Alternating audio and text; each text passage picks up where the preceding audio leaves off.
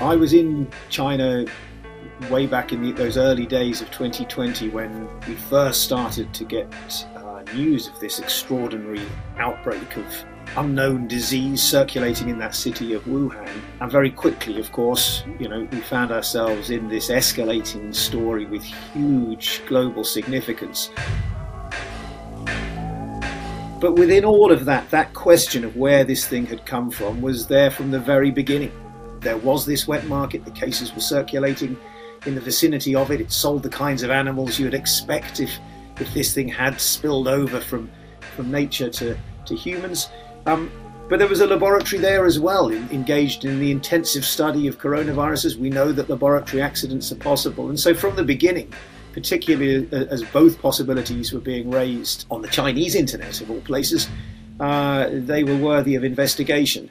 Very quickly in the West, there was this sort of circling of the wagons around the natural origin side of the debate, and a real sort of reluctance to go down the route of looking at the alternative. There was this idea that even to question those conclusions was somehow to be engaged in kind of tin-hatted conspiracy theorist thinking.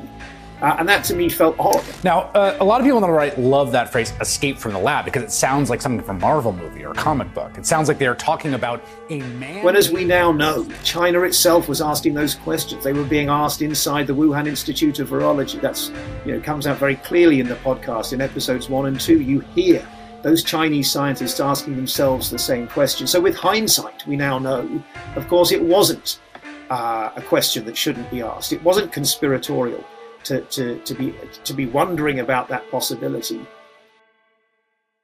I think Proximal Origins, published in the early months of the pandemic in 2020, had a huge bearing on that emerging idea that the lab leak had somehow been disproved or ruled out from the start. So part of what we wanted to do in the podcast is revisit some of that, to have a look at that particular scientific paper, to ask the authors, and we speak to one of those authors, Professor Bob Gary, based at Tulane University. And I think listeners will be very interested in the kind of things that he now has to say in hindsight about the strength of those conclusions and some of the assumptions that went into them. I think people will understand through listening to our podcast just how significant a role China's lack of transparency has played in preventing us getting real answers. We hear from a number of scientists in our podcast who believe that China most likely does know where this came from, or has certainly done much more to investigate where this came from. We should be very grateful that we can live in societies where, governments, scientists, journalists themselves can be held to account and can be questioned about the conclusions they reach, and we can have these open discussions and debates.